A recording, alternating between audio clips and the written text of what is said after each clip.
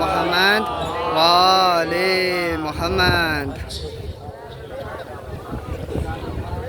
اپنی اپنی عبادات کی قبولیت کے لیے بآواز بلندتر صلوات۔ اللہم صلی علی محمد وآل محمد۔ اعوذ باللہ السمیع العلیم من الشیطان اللعین الرجیم، بسم اللہ الرحمن الرحیم، الحمد للہ رب العالمین، الصلاة والسلام على صاحب الدعوة النبوية وصولة الحيدرية وعصمة الفاطمية، الحلم الحسنية، الشجاعة الحسينية، والعبادة السجادية، ومعاصر الباكرية، وعلوم الكاظمية، الحجج الرضوية، وجود التقوية، ونكابة النكوية، الحيبة العسكرية، والغيبة قائم آل محمد۔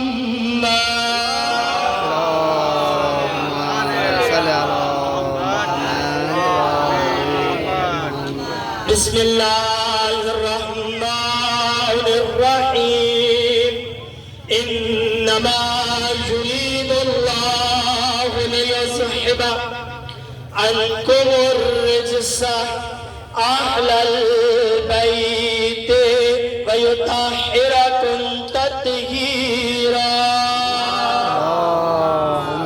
صلی علی محمد۔ بسم اللہ الرحمن الرحیم، ولا تکونوا لمن یقتل فی سبیل اللہ اموات بل احیاء ولکن لا تشکرون۔ پڑھیں گے محمد وآل محمد تک۔ صلی علی محمد۔ اعوذ باللہ من الشیطان الرجیم، بسم اللہ الرحمن الرحیم۔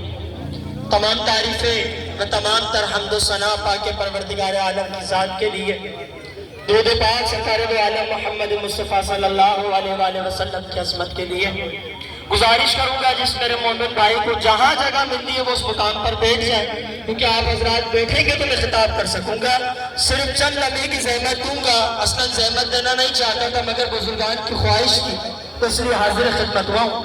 عزیز محترم، 10 محرم کا دن، یہ چلتی ہوئی تپش، یہ سورج کی دھوپ کی تپش بتا رہی ہے کہ آج آسمان میں سورج بھی گریا کر رہا ہے، اور رات کو جب یہ چاند کی چاندنی ختم ہوگی تو دیکھنا باخودہ تمہیں ایک سرخی سی نظر آئے گی، اور وہ سرخی قبر امام حسین سے اٹھتی ہے، جو اٹھ کر اعلان کرتی ہے دیکھو کربلا میں ظلم کیا گیا اور امام حسین کو مظلومانہ شہید کیا گیا۔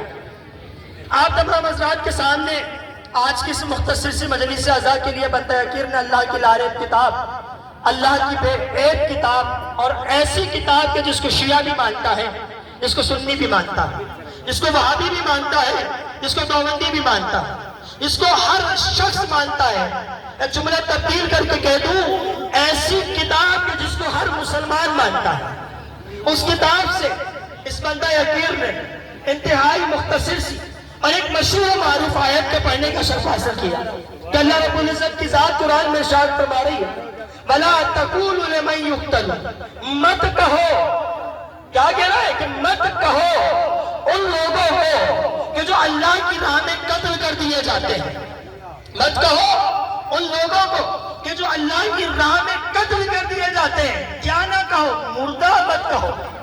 بل احیاء، بلکہ وہ زندہ ہے، ایسے زندہ ہے کہ تمہیں ان کا شعور تک نہیں۔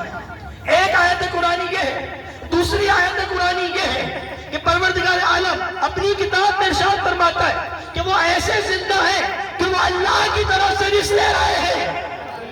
بسم اللہ۔ اللہ اکبر، اللہ کی طرف سے رزق لے رہے ہیں۔ تو دو باتیں ہو گئی، ایک زندہ ہے اور ایسے زندہ ہے کہ تم ان کا شعور نہیں رکھتے، دوسرے زندہ ہے اور ایسے زندہ ہے کہ وہ اللہ کی طرف سے رزق لے رہے ہیں، اللہ کی طرف سے رزق لے رہے ہیں۔ بھئی عجیب جملے ہیں قرآن کے، قرآن میں اللہ کی ذات فرما رہی ہے کہ جو کوئی بھی ہو اللہ کی راہ میں شہید ہو جائے اسے مردہ مت کہو۔ اب سنو، اس دور کے ملا نے کیا کیا؟ قرآن کو استعمال کیا۔ جو پہنچے گا وہ پہنچے گا آج کی تقریر میں۔ قرآن کو استعمال کیا اور استعمال کر کے لے کر آئے اور کہنے لگے حسین تو زندہ ہے۔ قرآن کہہ رہا ہے نا، جو اللہ کی راہ میں مارا جائے وہ زندہ ہے، اور اس دور کے ملا نے کہا کہ حسین تو زندہ ہے، پھر یہ ماتم کس لیے ہے؟ جو پہنچے گا وہ پہنچے گا آج کی تقریر میں۔ پھر یہ عزا خانہ کس کے لیے؟ پھر یہ تابوت کس کے لیے؟ پھر یہ شبیہ کا بنا کر نکالنا کس کے لیے؟ بات واضح ہو رہی کہ نہیں ہو رہی ہے؟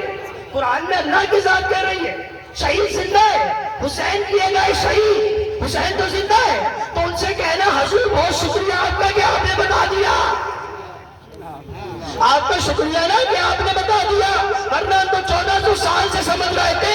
آپ نے بتایا تھا نا کہ جو مر جائے وہ مردہ ہوتا ہے، آپ نے کہا تھا نا جو مر جائے وہ مردہ ہوتا ہے۔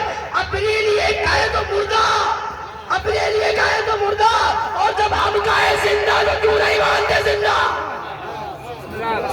اب جملے سنو یہاں سے، قرآن میں اللہ کی ذات کہہ رہی ہے حسین تو زندہ ہے، حسین زندہ ہے، اور ہم بھی کہتے ہیں حسین زندہ ہے، ہم بھی کہتے ہیں حسین زندہ ہے، اور جملہ پوری چوک کے اوپر دے کے جا رہا ہوں، اور کوئی شیعہ ایسا نہیں ہے جو قرآن کی مخالفت کر دے۔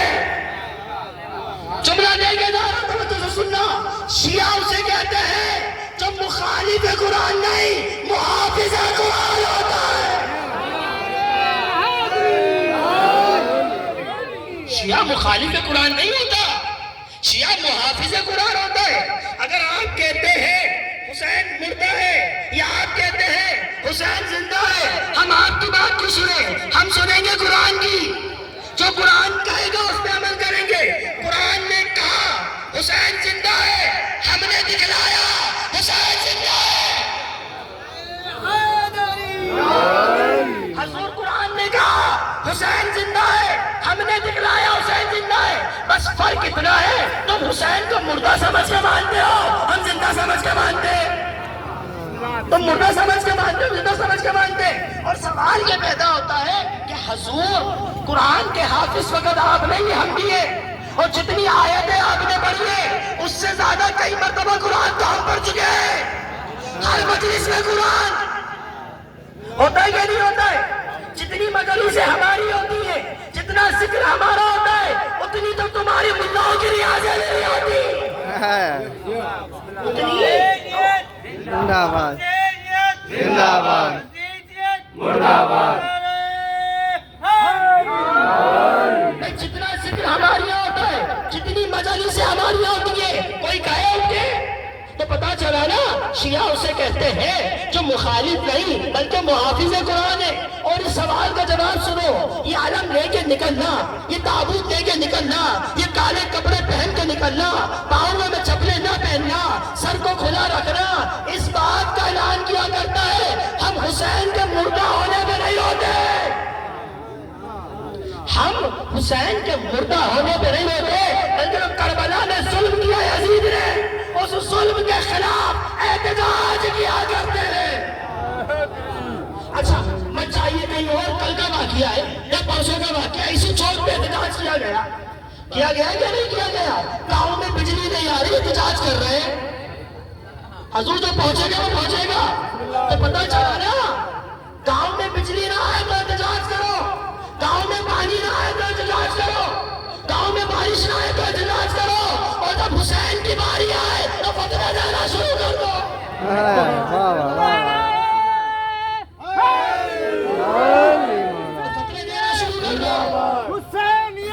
زندہ باد یزیدیت مرد آباد یزیدیت مرد آباد نعرہ حیدری بھائی احتجاج کیا جاتا ہے چیز کے نہ ملنے پر. کل احتجاج کیا, آج گاؤں میں بجلی آ گئی. ہم کرتے ہیں, کرتے رہیں گے حسین کا ماتم. کوئی ہے تو روک کے دکھائے.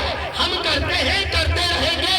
یہ احتجاج ہے جو چلے گا قیامت تک, کیونکہ حسین کو انصاف نہیں ملا.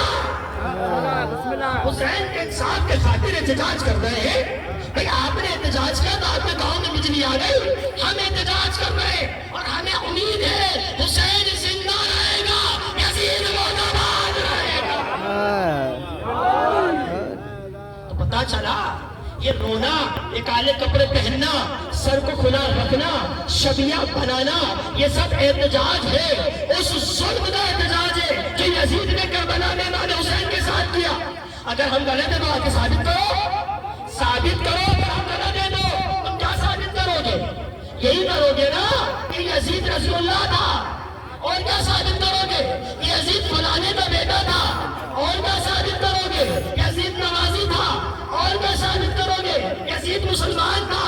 آؤ آج میں اس چوک پہ ثابت کرتا ہوں یزید کون تھا, حسین کون تھا. یزید لعنتی تھا, حسین رحمت اللہ تھا. یزید مرد آباد تھا, حسین زندہ باد. واہ واہ جیو ماشاء اللہ. یزید وہ جو معاویہ کے گھر آیا, حسین وہ جو علی کے گھر آیا. یزید وہ جو پیدا ہوا تو کھٹی شراب کی پلائی گئی. حسین وہ جو پیدا ہوا تو پیغمبر نے لوہے دان دیا. حضور اگر آپ کہتے ہیں یزید رسول اللہ ہے تو مجھے نہیں پتا تمہارے مکتب میں فکر میں کہاں سے شرابی کو رضی اللہ کہنا شروع کر دیا. پتا چلا نا یہ احتجاج ہے اور یہ قیامت تک رہے گا کہ حسین کو ابھی تک انصاف نہیں ملا. سنو یزید نے کیا کیا, یہ جو شیعہ کالے کپڑے پہنتے ہیں. سنو یزید نے کیا کیا, یہ جو امام حسین پہ شیعہ اتنا روتا ہے, اتنا گریہ کرتا ہے کہ اپنے آپ کو کبھی چھریوں سے زخمی کر رہا ہے, کبھی سینہ پیٹ رہا ہے. یزید نے یہ کیا, یزید نے نامہ بھیجا امام حسین کے, کہا حسین آ جاؤ یزید کی بیعت کر. تو امام حسین نے جملے کہے کہ مجھ جیسا تجھ جیسے کی بیعت نہیں کر سکتا. یزید نے یہ کیا, اگر حسین بیعت نہیں کرے گا تو حسین کو کلا ذبح کر دوں گا. حسین نے کہا میں کلا کٹوا سکتا ہوں, ذبح کروا سکتا ہوں, مگر اس کی بیعت نہیں کر سکتا, اس کی بیعت نہیں کر سکتا. اب جملہ سنو یزید نے کیا کیا, کیا کیا ظلم نہیں کیے. عزیزو 28 رجب کو حسین کا قافلہ چلا, مدینے سے چلا. حسین تنہا نہ تھے, حسین کے ساتھ بچے تھے, خواتین تھی, بہنیں تھے, سب کو لے کر حسین چلے. حسین 2 محرم کو کربلا میں پہنچے. پوری تاریخ کربلا سنا رہا ہوں. حسین 2 محرم کو کربلا میں پہنچے. جب حسین کربلا میں پہنچے, یزید کی فوج نے سب سے پہلا ظلم یہ کیا, حسین پہ پانی کو بند کیا. آج یزید سے پوچھو تو نے کل حسین پہ پانی کو بند کیا تھا.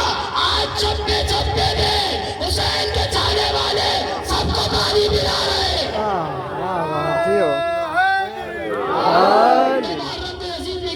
حسین اپنے خیمے فرات سے ہٹاؤ. حسین نے اپنے خیمے ہٹائے اور میرے فرات کے سامنے لگا دیے. 7 محرم تک حسین کے پاس پانی تھا. 7 محرم کو حسین کے پاس پانی ختم ہوا.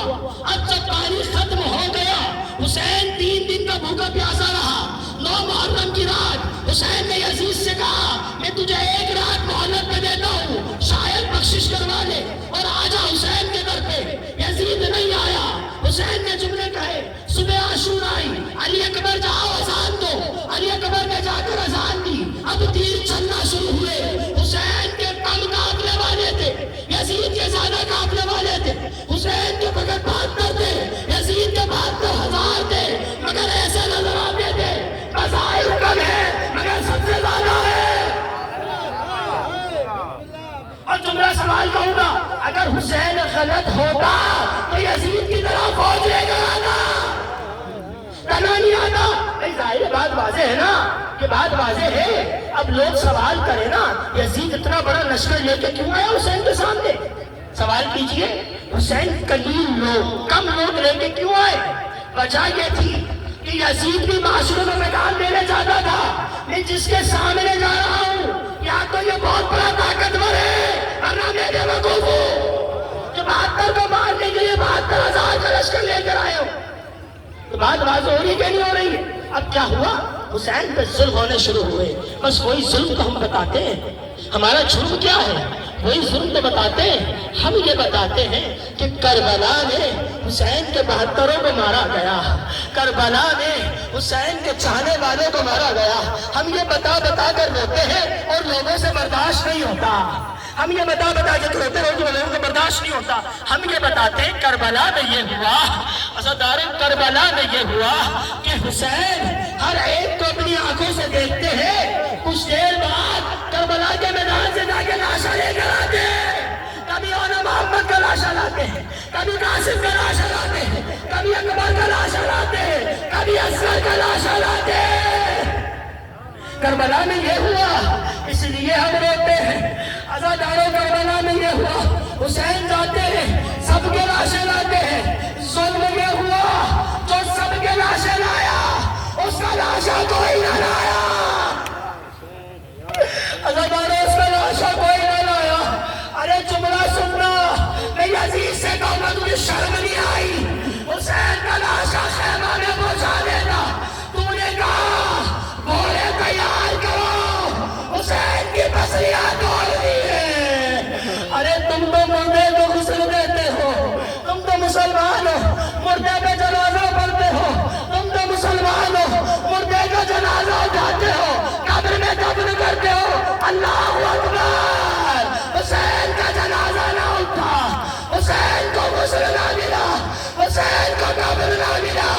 ہائے سید سجاد نے ایک قطری میں حسین کا لاشا دفن کر ڈالا۔ ماتم حسین۔